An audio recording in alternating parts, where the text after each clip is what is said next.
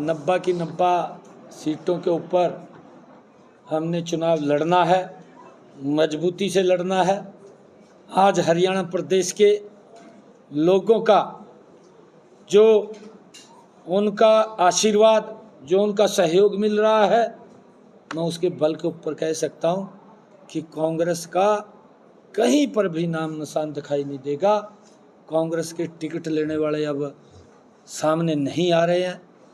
Ticket का farm भरवाने के लिए भी एक परिवार से 5-5 लोगों के नाम वो भरवा रहे हैं, ताकि अपनी इज्जत को जनता के सामने बचाया जा सके। क्योंकि कांग्रेस ने, भूपेंद्र हुड्डा ने अपने पिछले 10 सालों में हरियाणा प्रदेश के लोगों की इज्जत को तार तार करने का काम किया था। अब उनका कोई खाना नहीं बचा, दुकान खाली हो चुकी है हुड्डा साहब की, कोई सामान हुड्डा साहब के पास नहीं है। और लोग जब खाली दुकान होती है और बाहर उसमें कुछ झूठ का सामान पड़ा हो तो देखने के लिए लोग चले जाते हैं, कोई एक दो, परंतु देख करके वो भी वापिस हो जाता है। कांग्रेस की हालत बड़ी पतली है। कांग्रेस का को कोई चाह नहीं रहा। कांग्रेस की नीति गलत है, कांग्रेस की नीति गलत है और कांग्रेस का नेतृत्व भी सही नहीं है। मैंने आज जब नेतृत्व की बात है तो मैंने उनसे कुछ सवाल करे हैं कि हमें जिज्ञासा है, देश को स्पष्ट करने का काम करें। बड़े गंभीर है, कोई वैसा नहीं बोला मैंने, ये बड़े गंभीर मामले हैं, देश की सुरक्षा के साथ जुड़े हुए हैं, देश के विकास के साथ जुड़े हुए हैं। ये बताने का काम करें, देश की भूमिका क्या रहने वाली है वो स्पष्ट करने का कांग्रेस पार्टी का है। आपने कहा कि रहे हैं जेपी दलाल, उन्होंने जिस तरह से भाषण में कहा कि कांग्रेस की अगर भगवान न करे सरकार आ भी गई तो हम हमारी दिल्ली वाले 6 महीने भी नहीं रहने दें। क्या ये स्पष्ट है कि बीजेपी जो दूसरी पार्टियों की नहीं, किसने कहा कि आ रही है? नहीं, ना। चलो, उसने किस मंशा के अंदर, क्या उसका क्वेश्चन होगा, उसने किस भाव के अंदर कहा होगा, वो उससे आप पूछिए। परंतु हरियाणा प्रदेश की जनता ने ये बिल्कुल स्पष्ट कर दिया है कि जब 4 जून को रिजल्ट आएंगे, भारतीय जनता पार्टी की सरकार 4 अक्टूबर को नरेंद्र मोदी जी के नेतृत्व में भारतीय जनता पार्टी की सरकार। प्रधानमंत्री जी, आपके 4.5 साल सहयोगी रहे दुष्यंत चौटाला, उन्होंने कहा है वो आप कभी बीजेपी के साथ नहीं जाएंगे। और रही बात अगर नंबर्स आए तो इंडिया गठबंधन के बारे में सोच सकते। देखिए, क्योंकि हमारा सहयोगी दल कांग्रेस क्योंकि रहा है और हमने, क्योंकि हमारी सीटें पिछली बार कम आई थी और उसके कारण से हमने हरियाणा प्रदेश के लोगों को एक स्पष्ट और मजबूत शासन हमने देना था।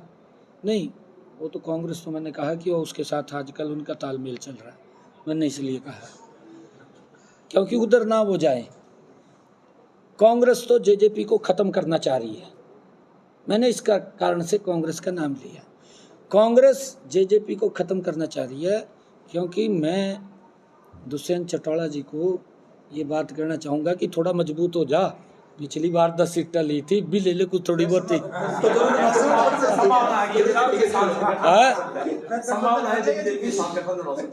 अरे नहीं, मैं कह रहा हूँ भारतीय जनता पार्टी की पूर्ण बहुमत की सरकार आ रही है, ये हरियाणा प्रदेश के लोगों ने लिख दिया। मैं तो इसलिए कह रहा हूँ क्योंकि आजकल दुष्यंत साहब का प्रेम हुड्डा के साथ हो रहा है, दोनों की आपस में गुफ्तगू हो रही है और दोनों एक दूसरे के प्रति आरोप भी लगाते हैं।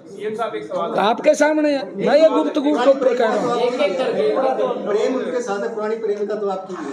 हाँ, मैंने इसी करके सलाह दी है ना, मैंने सलाह भी तो इसी करके दी है, मैं सलाह क्यों देता। सीएम साहब, कांग्रेस कह रही है कि आप चुनाव की तारीख को आगे बढ़ाने के लिए पत्र लिख रहे हैं, अगर 2-4 दिन बढ़ भी गए तो आप क्या करेंगे? नहीं, विषय उसका वो नहीं है। देखिए, कांग्रेस में फिर वो कहेंगे कि भाई ये क्या है, इसी कारण तो कांग्रेस समाप्त हो रही है। उसकी सोच छोटी हो गई है, पार्टी सिकुड़ गई है। जब पार्टी सिकुड़ गई, सोच छोटी हो गई, लंबा नहीं सोचते। क्योंकि कांग्रेस ने देश के ऊपर 55 साल तक शासन किया। 55 साल के अंदर तो सरकार रिटायरमेंट कर देती है, देश के लोग उसको रिटायर कर रहे हैं। कांग्रेस पार्टी को सिकुड़ गई है, उनकी सोच छोटी है। हमने, क्योंकि उनको भी मालूम है उनको भी मालूम है। हमारे माननीय अध्यक्ष जी की एक ये सोच थी कि कई छुट्टियां आ गई हैं, बताओ उनको क्या आपत्ति है? क्योंकि शनिवार की छुट्टी है, इतवार की छुट्टी है, 29-30 की छुट्टी है, 1 तारीख को वोटिंग है, छुट्टी है, 2 अक्टूबर को गांधी जयंती है, छुट्टी है। 4 छुट्टियाँ 5 छुट्टियाँ ये बन रही हैं, 4 छुट्टियाँ बन रही हैं कि लोग अपना टूर का प्रोग्राम बना लेते हैं। क्योंकि हमारे माननीय अध्यक्ष जी सभी दलों के बारे में ये चिंता करते हैं, सभी लोगों के बारे में चिंता करते हैं। और अध्यक्ष जी ने ये बात सोच करके चुनाव आयोग को इन्होंने पत्र लिखा कि भाई ये बीच में छुट्टियाँ आ गई, कहीं लोग ऐसा ना हो कि वो बाहर जाने का टूर का प्रोग्राम बना ले। कांग्रेस इस प्रकार से उसकी वाहवाही लूटने का काम कर रही है। हुड्डा साहब, कुमारी शैलजा, रणदीप सुरजेवाला, अरे उन्होंने तो इस प्रकार का जो पता नहीं, वो कह देना कि उसके हाथ वो लग गया, ये हल्दी की गांठ लग गया, हाँ हल्दी की गांठ हाँ क्या ये इनके हाथ कोई गांठ लग गया, पता नहीं क्या। और उनके भी, हम तो ये सब के लोकतंत्र के फायदे के लिए बात माननीय अध्यक्ष की चिंता थी, उन्होंने पत्र लिख दिया। कुछ और दलों ने भी लिखा है शायद, मुझे ध्यान नहीं है, INLD ने लिखा, फिर उन्होंने भी चिंता। और एक इतना बड़ा कार्यक्रम 2 तारीख को बिश्नोई समाज का राजस्थान के अंदर एक बड़ा पर्व होता है, 1 तारीख का, वो सभी लोग वहाँ जाते हैं, उसको भी ध्यान में हमने रखा है कि वोट परसेंटेज लोकतंत्र के अंदर कम ना हो, वोट परसेंटेज बढ़े, ताकि स्वस्थ और स्वच्छ लोकतंत्र वो आए। इसकी चिंता करते हुए मैं तो आदरणीय अपने पार्टी के अध्यक्ष मोहनलाल बड़ौली का दिल से धन्यवाद करता हूं कि उन्होंने इतनी सोच रखते हुए चुनाव आयोग को तुरंत पत्र लिखा, क्योंकि लोकतंत्र मजबूत होना चाहिए। उनकी तो लोकतंत्र में आस्था नहीं है, उनको क्या मतलब है कोई वोट दे ना दे, उनका तो यह भी कुर्सी मिल जाए हमें, उनको ना किसी व्यक्ति से मतलब है, ना देश ना प्रदेश से मतलब है, कुर्सी से मतलब है। कुर्सी को चिपके हुए हैं भी, कुर्सी मिल जाए। कुर्सी तो बहुत दूर चली गई कांग्रेस से, अब उनके नज़दीक नहीं रही है। हरियाणा प्रदेश के लोगों ने तय कर दिया है, हरियाणा प्रदेश के लोग आज जब उनके कारनामों को याद करते हैं, जब हरियाणा प्रदेश के लोग रात को मंजे पर लेट करके सोने से पहले आंखें बंद करके, जब हरियाणा के लोग सोचते हैं कि इनके कार्यकाल में 4 दिन में गैस का सिलेंडर मिलता था, रोंगटे खड़े हो जाते हैं लोगों के। क्या हालात कांग्रेस ने की थी, बिजली नहीं आती थी। जब उनको ये ध्यान आता है भी कांग्रेस के समय के अंदर दोपहरा काटना मुश्किल हो जाता था, मंजा उठा करके पेड़ को देखते थे, कौन से पेड़ के नीचे दोपहरा काटते, रोंगटे खड़े हो जाते हैं हरियाणा प्रदेश के लोगों के कि ये इस प्रकार का शासन तंत्र इनका रहा, कितना भ्रष्टाचार था। युवाओं के रोंगटे खड़े हो जाते हैं। इनकी सरकार में जिसकी टैची के अंदर वजन होता था उसको नौकरी मिलती थी, सारी सीमाएं लांघ देते थे, तार तार कर देते थे। अविश्वास हो गया था हरियाणा के युवाओं का, अविश्वास जमा है। आज युवा जब उस बात को, इनके कार्यकाल को याद करता है हरियाणा प्रदेश का, उसके भी रोंगटे खड़े हो जाते हैं कि चक्कर काटते रहते थे, नौकरी नहीं मिलती थी। हम तो पूछते हैं इनको, क्योंकि रणदीप सुरजेवाला इसके अंदर हिसाब किताब रखने वाला था हुड्डा सरकार के अंदर, उसको सारी जानकारी है। मैं रणदीप सुरजेवाला को कहूँगा कि वो हिसाब किताब की कापी कहीं खोल दे, तेरे पास थी हो तो बता देना हरियाणा प्रदेश के युवाओं को कि हमारी सरकार में कितना युवाओं को रोजगार दिया था, कैसे दिया था, किस आधार के ऊपर दिया था। बस कुछ नहीं है बताने के लिए, आपको बताएंगे। आपने 10 साल कांग्रेस के राज की बात की, जब भूपेंद्र हुड्डा मुख्यमंत्री थे हरियाणा के, आपका कहना है कि उस दौरान उन्होंने बहुत से गलत काम किए और उनके ऊपर बहुत से केस भी चल रहे हैं CBI में, ED में। लेकिन उनका राज जाने के बाद 10 साल से आपकी सरकार है, जैसे आप कहते हैं डबल इंजन की सरकार है, प्रदेश में भी और देश में, लेकिन फिर भी उन केसों में कोई कार्रवाई क्यों नहीं? नहीं कार्रवाई हो रही है। माननीय हाई कोर्ट ना, माननीय सुप्रीम कोर्ट उसको देख रहा है सारा का सारा। वो हमारे बस की बात नहीं है, क्योंकि कोर्ट जो भी कार्रवाई करेगा हमें कोई मतलब नहीं है।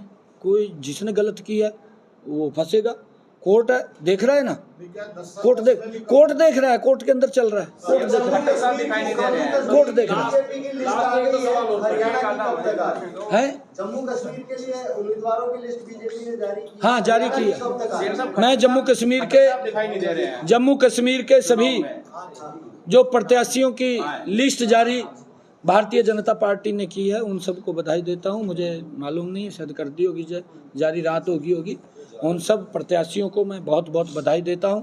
और जम्मू कश्मीर की जनता से भी मैं ये कहना चाहता हूं कि वहाँ के लोग बड़े जागरूक लोग हैं, क्योंकि मुझे काफ़ी लंबे समय वहाँ पर रहने का अवसर मिला था और वो बहुत जागरूक हैं।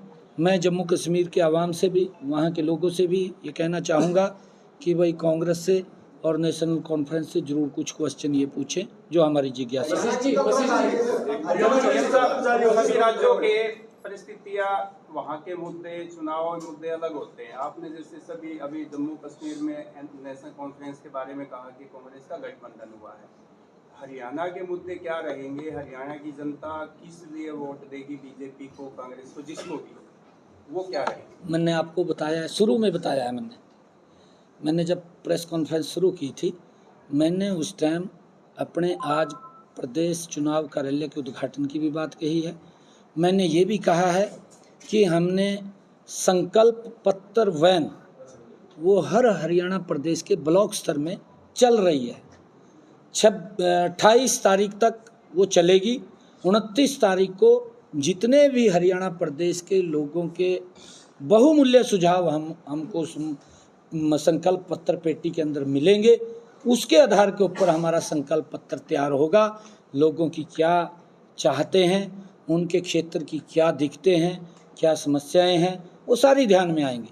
और जब वो एक बड़ा लोगों का सुझाव हमारे पास आएगा तो हमारा एक डॉक्यूमेंट संकल्प पत्र वो तैयार होगा।